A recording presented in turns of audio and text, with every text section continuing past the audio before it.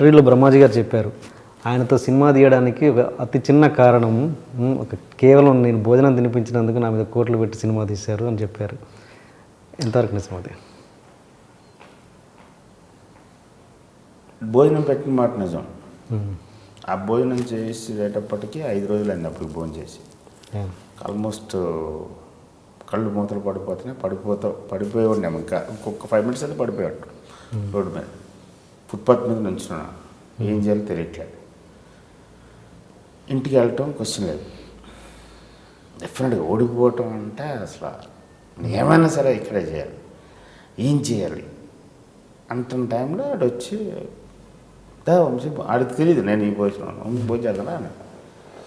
జనరల్గా అలాంటి సన్నివేశాలు చాలాసార్లు జరిగింది. నాకు ఆకలిగా ఉన్నప్పుడు ఎవరైనా వచ్చి భోజనం అంటే స్మూత్గా లేదు నేను చేసానను, లేకపోతే ఎప్పుడు కాదు కాసేపు నేను ఎవరి కోసం వెయిట్ చేస్తాను తప్పించేసుకుంటాను. నేను ఎవరికి రుణ పట్టడానికి ఇష్టపడను, నేను ఎవరి దగ్గర నుంచి ఏమి తీసుకోవడానికి ఇష్టపడను. కానీ ఆ రోజు బలహీన క్షణం. ఓకే, భోజనం చెయ్యాలి అని నాకు కూడా తెలుసు. ఆడు కూడా పాప ఇంట్లోంచి ఏదో ఒక లిమిటెడ్ అమౌంట్ తెచ్చుకుని అది జాగ్రత్తగా వాడుకుంటున్నాడు.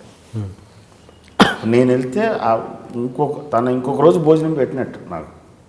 అవును, అంతే కదా, ఎక్స్ట్రా అదే అంటే అది తింటా అనుకున్నాను. వీడికి ఎంత ఏమి ఇస్తే ఈ రుణం తీసుకోగలను. బికాజ్ నాకు ఇంకొక 5 రోజులు లైఫ్ వచ్చింది. ఇంకొక 5 రోజులు నేను టాలరేట్ చేయగలను దాన్ని.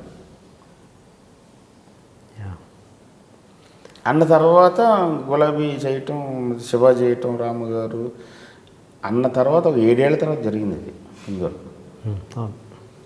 సో నిన్నే పిల్లాడితో తీస్తున్నప్పుడు నెక్స్ట్ ఇలాంటి సినిమా తీద్దామని ఒక ఐడియా వచ్చినప్పుడు, ఎవరైతే కరెక్ట్ అని అనుకున్నప్పుడు, ఎవరు కరెక్ట్ అనుకున్నప్పుడు వీడే ఎందుకు చేయకూడదు? అది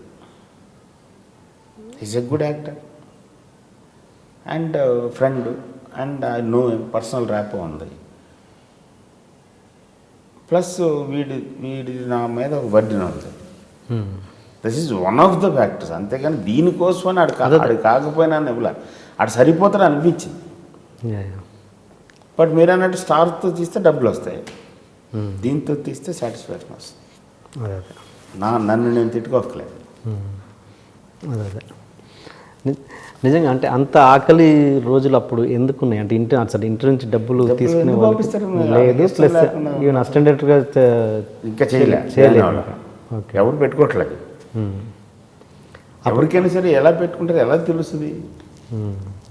జస్ట్ వెళ్ళి ఒకసారి కలిస్తే నేను అసిస్టెంట్ డైరెక్టర్ పనిచేస్తున్నానంటే నా దగ్గరికి వాళ్ళు రోజుకు 20-30 మంది వస్తుంటారు. ఎలా తెలుస్తుంది నాకు అందులో ఎవరు ఉన్నారో ఎలా తెలుస్తుంది? అప్పుడు ఆ రోజులు ఒకసారి మీకు చాలా బాధ కలిగించిన ఎప్పుడు ఐ యూస్ టు ఎంజాయ్. నిజంగా నేను వాళ్ళు రొమాన్స్ చేసి చెప్పట్లేదు, అది ఒక గర్వం కింద ఉండేది. మనం ఫైట్ చేస్తున్నాం, we are trying to achieve something, we are trying to go somewhere. ఇవి ఉండాలి, ఇవి లేకపోతే కష్టం. బికాజ్ అది నాకు చాలా హెల్ప్ అయింది తర్వాత ఇప్పటికి కూడా. రాటు తేలటం అంటారు చూసారా, టక్క మొక్కిలు తింటూ ఉంటారు చూసారా, అది. ఆ రోజు నిజంగా బ్రహ్మాజీ గారు తినిపించకపోతే వెళ్ళిపోయేవారా? ఏం తెలుసు, ఏమో తెలియదు, ఏం చేయగలిగి ఉంటానది హైపోథెటికల్ క్వశ్చన్. ఇంటికి మాత్రం వెళ్ళి ఉండవు కదా. Okay, 100% no. మేబీ ఏదైనా ఒక చిన్న జాబ్లో జాయిన్ అయిపోయి ఉన్నాము, ఏ పెట్రోల్ బంక్లోనో ఎక్కడో జాయిన్ అయ్యి ఒక 4 రోజులు కొంచెం శక్తి పుంజుకొని మళ్ళీ ట్రై చేసి ఉన్నాము. నేను ఫిక్స్ అయిపోయాను, సినిమాల్లో ఉండాలి ఎలాగానే. ఓకే, నిజంగా అంటే ఇప్పటికీ మీ ఫేవరెట్ సినిమా సింధూరమేనండి? ఇప్పుడు స్టిల్ నా చాలా ఉన్నాయి. మీరు ఎప్పుడు సింధూరం గురించి స్పెసిఫిక్గా చెప్పారు? సింధూరం ఎక్స్ట్రా లీప్ అది టోటల్గా. ఓకే, అంటే ఇప్పటికి అంటే ఒకవేళ ఇప్పుడున్నంత అంటే అప్పుడేదైనా తప్పు చేశారని ఫీల్ అయ్యారా సింధూరం తీసి? అసలు ఇప్పటికి అంటే ఇప్పుడు బెటర్గా తీసి ఉండాల్సింది. అంటే ఇప్పుడున్నంత మెచ్యూరిటీ లెవెల్ అప్పుడు ఉంటే ఆ స్టెప్ తీసుకునేవాడిని కాదని ఎప్పుడన్నా? లేదు, ఇప్పుడైతే ఇంకా ఫాస్ట్గా తీసుకుంటాను అలాంటి. ఓకే, మీకు ఎర్ర సినిమాల మీద అభిప్రాయం ఏంటి? మీకు మీ రెడ్ మూవీస్ కాదు, అది that's another content, like family sentiments, like violence, like period film. It's one genre films. Okay, అంతే. ఇప్పుడు దాన్ని మేము కొంతమంది సినిమాల్లో కూడా ఆ థాట్ ప్రాసెస్ ఉంటుంది ఇక్కడ. బడుగు వర్గానికి అన్ని ఆయన వేరే మాటతో చెప్తాడు.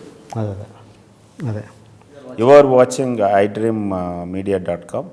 Please subscribe.